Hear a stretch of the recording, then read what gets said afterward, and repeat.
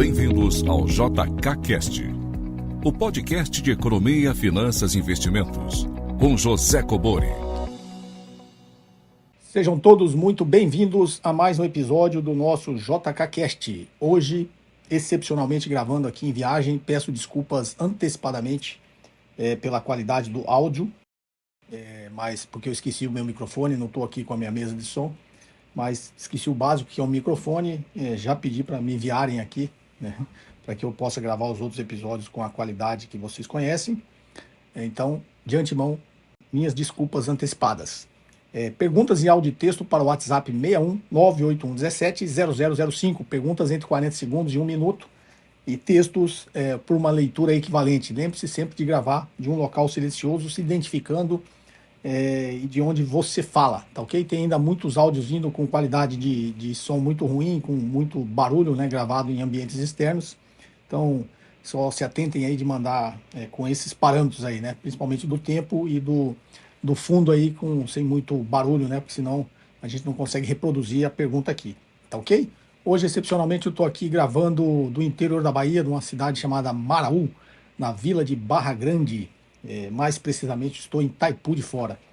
Então, hoje, porque a internet aqui não é tão boa assim, não consigo a participação do Ed aqui comigo, estou sozinho. E também porque hoje é aniversário do Ed, né? Hoje, sexta-feira, que eu estou gravando aqui, dia 5 de agosto, é aniversário do Ed. Ele está em São Paulo, deve passar um mês aí. Então, já aquele abraço para o meu filho, um beijo. E para que vocês também saibam aí que hoje é aniversário desse grande garoto, tá joia?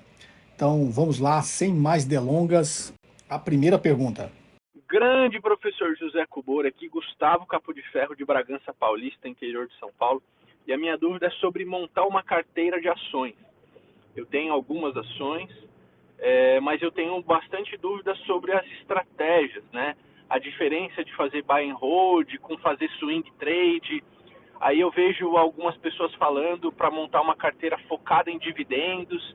E aí quando eu penso em aumentar a minha carteira, porque eu tenho apenas 3 ou 4 empresas na minha carteira, aí eu não sei muito bem o que procurar, se eu procuro boas pagadoras de dividendos, se eu procuro empresas com alto potencial de crescimento, se eu procuro empresas de setores diversos para ter uma carteira mais diversificada e assim mais segura ou menos arriscada.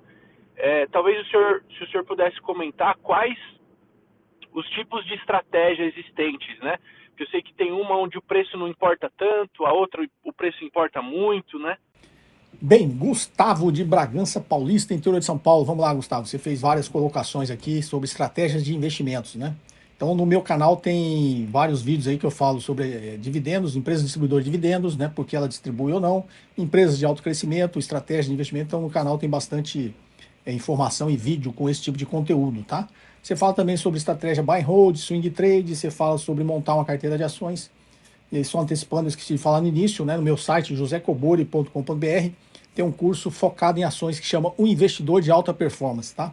Lá é exatamente só sobre ações, digo ali, tem módulos ali sobre como montar uma carteira de ações, tem módulos sobre os principais tipos de ações, né? São 6 tipos de ações: empresas de alto crescimento, empresas confiáveis, empresas com ativos ocultos, né? Empresas em recuperação, tem vários tipos de empresas ali e como analisar esse tipo de empresa, tá ok? Então você consegue esse conteúdo lá e tem uma parte ali que também tem como precificação, um valuation ali resumido, né? Para o investidor iniciante aí que quer pelo menos saber o quanto ele está pagando aquela empresa e o quanto ela realmente valeria ali, segundo a sua análise, né? O seu valuation, a sua avaliação, tá ok? Então esse é um curso aí que tem bastante conteúdo sobre isso aí, que responde praticamente todas as suas perguntas. Mas vamos lá. Bom, sobre os tipos de investimentos, você falou buy and hold. Buy and hold é uma estratégia muito conhecida, né, em análise fundamentalista de investidores aí focados no longo prazo. Mas como toda estratégia, como eu digo, você tem que sempre se atentar a não ser tão radical e fixo naquilo que prega essa estratégia, tá? Porque o buy and hold, você parte do pressuposto que você está comprando regularmente determinada ação de determinada empresa e vai segurar isso no longo prazo, né? Então, buy and hold seria compre e segure, mas você está partindo do pressuposto que você está comprando ações de boa empresa, que você partiu de uma boa avaliação e escolheu uma ação de boa empresa. Obviamente, você pode estar errado, e se você está comprando as ações de uma empresa errada que lá na frente não terá sucesso, isso é muito difícil da gente prever, né, o futuro a Deus pertence, mas você estaria compre seguro e uma ação que não vai valer também não faz sentido, tá ok? Quanto à estratégia eu nem chamo de estratégia, tá? Que chama swing trade, que é o day trade que você compra e vende dentro do mesmo dia, e o swing trade você segura por mais algum tempo, né? Uma semana, 2 semanas, eles chamam de swing trade. Como eu sempre brinco aqui, o próprio nome já é sugestivo, tá? Esse tal do swing trade você tem que tomar cuidado, que você vai pensando que você vai conseguir uma coisa e você vai conseguir uma coisa completamente diferente. Então, cuidado com esse tipo de estratégia, tá ok? Não é estratégia de investimento, tá? Qualquer estratégia que eles chamam de estratégia, que é comprar e vender ações no curto prazo, eu não considero uma estratégia de investimento. Isso é mais uma especulação, uma aposta, é tentar adivinhar os movimentos do mercado. E aí, como todo mundo tenta comprar na baixa e vender na alta, todo mundo parte do pressuposto que vai conseguir isso. Seria muito simples, né? Compre na baixa e venda na alta. Como se a gente conseguisse prever isso, né? Então, quando o cara, tá na alta, eu vou vender. Ele parte do pressuposto que ele vai vender, a ação vai, daquele momento em diante, vai passar a cair. Isso não acontece. E compre na baixa, ele pensa que a ação caiu, está lá no, digamos, no fundo do poço, ele vai comprar e a ação vai, daquele momento em diante, voltar a subir. E não é isso que acontece. Acontece justamente o inverso, e aí ele fica tentando corrigir os seus movimentos, as suas decisões. Então ele vende na alta, achando que é uma alta, ele vende, a ação continua subindo, e ele fica com aquele arrependimento, ele vai lá putz, não devia ter vendido, não devia ter saído, ele vai lá e compra a ação de novo, e ela começa a cair desse momento em diante. Ou o contrário, né? Ele acha que a ação está no fundo, ele compra a ação, em vez de voltar a subir, ela continua caindo. Ele fala, pô, comprei na hora errada, a ação está caindo, vou perder dinheiro. Aí ele vai lá e vende, quando ele vende, a ação volta a subir. Então, não é tão simples assim, né? Se fosse simples, eu sempre brinco, não existiria nenhum investidor mal sucedido, ninguém perderia dinheiro na bolsa se todo mundo conseguisse realmente comprar na baixa e vender na alta, tá? Então, tome cuidado com essas estratégias de curto prazo, tá ok? Como montar uma carteira de ações, como eu disse, no Investidor de Alta Performance tem bastante conteúdo sobre isso. Você tem que partir do pressuposto, né, primeiro do seu perfil de investimentos. Eu sempre prego que você, né, invista com disciplina e horizonte de tempo, ou seja, visando o longo prazo. Saiba avaliar bem uma empresa, saiba fazer ali o seu valuation, a sua avaliação, saber o valor da empresa para aí saber que preço você pode pagar naquela ação, tá ok? E aí você vai escolher os setores, né, vai fazer uma avaliação do ambiente macroeconômico, uma avaliação setorial, qual empresa naquele setor que você julga que será a vencedora, né, ou seja, vai ser melhor que as suas rivais, né, no segmento, que são os concorrentes, vai conseguir colher melhores negócios, melhores retornos aos seus acionistas. E a partir do pressuposto que você fez toda a análise certa, é comprar aquela ação e segurar ela no longo prazo. E, obviamente, monitorando sempre se ela mantém os seus bons fundamentos, tá? Que nem sempre também acontece. As empresas, elas mudam ao longo do tempo, né? Tanto para melhor quanto para pior. E você tem que ser um investidor disciplinado e acompanhar isso, tá ok? Quando você fala ações de dividendos, paga dividendos, ou ações de alto crescimento, você tem que partir do pressuposto também que nem sempre uma empresa que paga muitos dividendos é uma boa empresa. E nem sempre uma empresa que não paga dividendos é uma empresa ruim. Como eu digo, tem duas fontes de rentabilidade nas ações das empresas, que é distribuição de dividendos e ganho de capital. Então, empresa de alto crescimento, ela não distribui dividendos e dá muito ganho de capital. Uma empresa que distribui muitos dividendos, ela tem a maior parte do seu retorno distribuindo dividendos, mas ela não tem crescimento. Porque justamente uma empresa que distribui muito dividendos é porque ela não tem oportunidade de reinvestimento no seu próprio negócio. Então, como ela não tem oportunidade de reinvestir o dinheiro do acionista, gerar um retorno acima do custo de oportunidade desse acionista, é melhor que ela distribua dividendos, né? São exemplos aí as empresas de energia elétrica, não tem mais como crescer, então ela não tem por que segurar, reter o lucro dos acionistas, ela simplesmente distribui, porque ela não tem o que fazer com esse dinheiro, a gente chama esse dinheiro tá lá queimando no caixa dela, tá ok? Então, para todo tipo de análise tem vários critérios, né? Então, novamente, tem muito conteúdo aqui no canal que eu falo sobre dividendos, ações de alto crescimento, falo de diversas estratégias de investimento, sobre esse negócio de o preço importa ou não. Então, pesquisa aí no canal, você vai ter bastante conteúdo sobre isso. Tá joia, Gustavo? Espero ter te ajudado. Vamos aqui à próxima pergunta. Bom dia, professor Kobori. Tudo bem? Aqui quem fala é o Gustavo. Professor, sou aqui da cidade de Franca, fica no interior do estado de São Paulo, e eu venho aqui hoje com uma dúvida. Eu tentei encontrar na internet, eu não consegui encontrar essa informação, mas eu gostaria de entender um pouco mais de como que é definida aquela taxa pré-fixada de um título do Tesouro, no caso, não sei, uma NTN-B, que tem a parte pós-fixada, né? O IPCA e a parte pré-fixada. que eu escutei uma vez que ela consegue mensurar o nível de percepção de risco do investidor, enfim. Aí ficou um pouco confuso para mim como que é definida essa taxa pré. Se é por meio de algum órgão público, talvez o Banco Central, não sei, ou então se via marcação a mercado, lei de oferta e demanda. Enfim, gostaria de entender um pouco mais dessa dinâmica, professor. E agradecer mais uma vez pelos podcasts que o senhor disponibiliza aí pra gente. Sempre conteúdo de muita qualidade, que sana muitas das nossas dúvidas, viu? Um grande abraço aí e agradeço. Obrigado, professor. Bem, agora outro Gustavo, mas agora Gustavo de Franca, também no interior de São Paulo. Vamos lá, Gustavo. Precificação de títulos públicos, né? O Gustavo tem uma dúvida aqui, basicamente, sobre a precificação da parte pré-fixada de uma NTN-B, uma nota do Tesouro Nacional Série B. Então, só para novamente colocar todo mundo no mesmo patamar, né?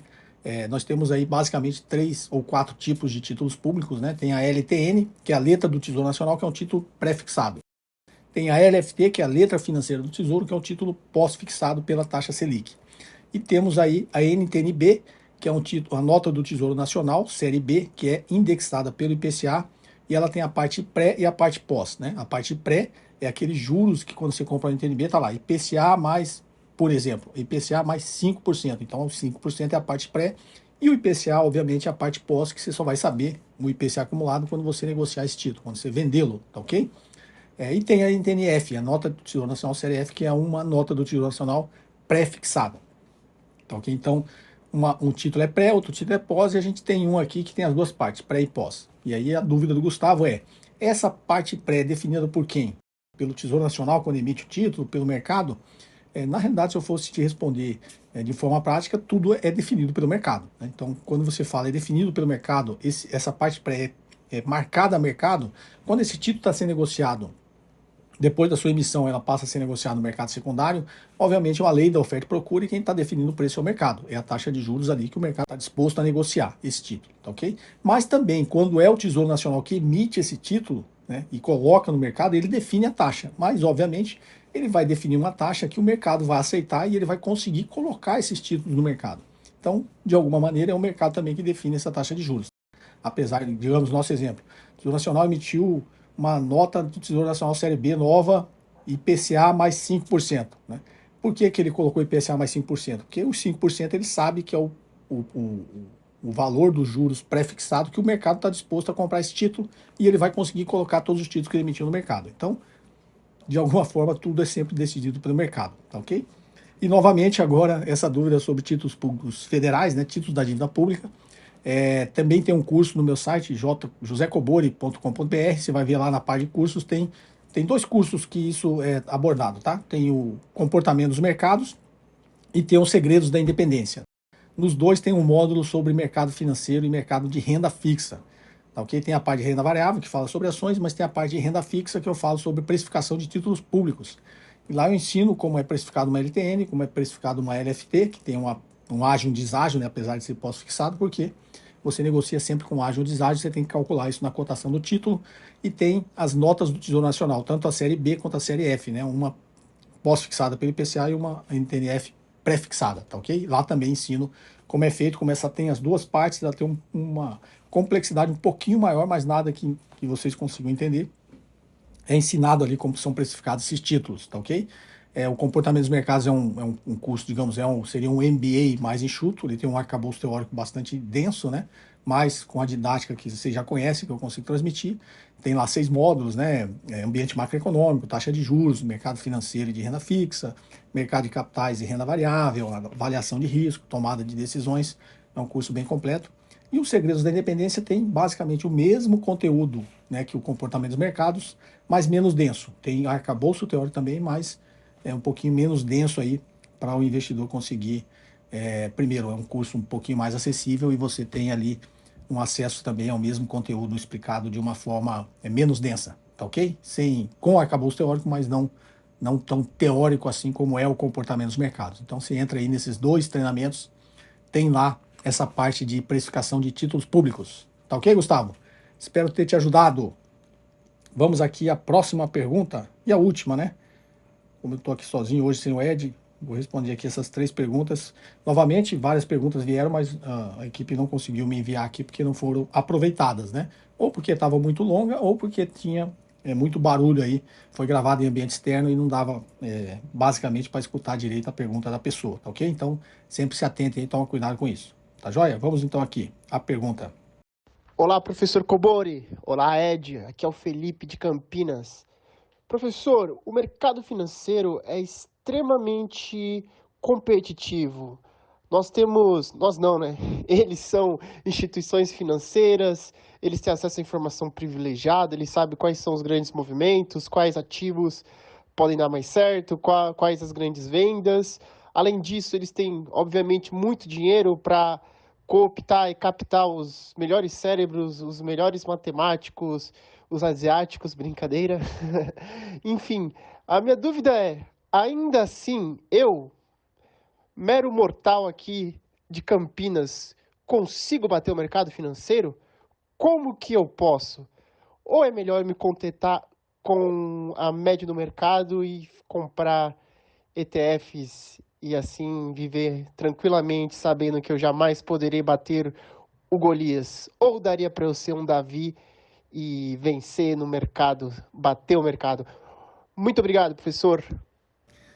Bem, Felipe de Campinas. Felipe, um simples mortal de Campinas. Felipe, todos nós somos simples mortais de algum lugar do país ou do mundo, né? Então, é o que define aí se a gente tem capacidade ou não, não seria exatamente de onde a gente mora ou quem a gente é, e sim da nossa vontade, né? Vontade de aprender e adquirir conhecimento. Mas isso realmente é muito difícil, tá, Felipe? Mais nada que nenhum de nós consigamos fazer. Como diria o Warren Buffett, ele tinha colocado lá no testamento dele, quando ele morresse, né? Ele orientou a sua esposa, que infelizmente veio a falecer mais cedo, de que ela colocasse toda a sua fortuna em ETFs, né? Fundos de índice que seguem a média do mercado, né? Inclusive, curiosamente, acho que eu já comentei aqui, ele fez uma aposta em determinado momento, com os 10, naquela época que ele fez a aposta, né, com os 10 melhores gestores de fundos de ações dos Estados Unidos, e apostou que nenhum deles bateria o mercado depois de 10 anos, e coincidentemente ele ganhou a aposta, tá? Depois de 10 anos, nenhum desses 10 gestores, que eram os melhores gestores de fundos de quando ele fez a aposta, 10 anos depois não conseguiram bater a média do mercado, tá? Por quê? Porque é muito difícil.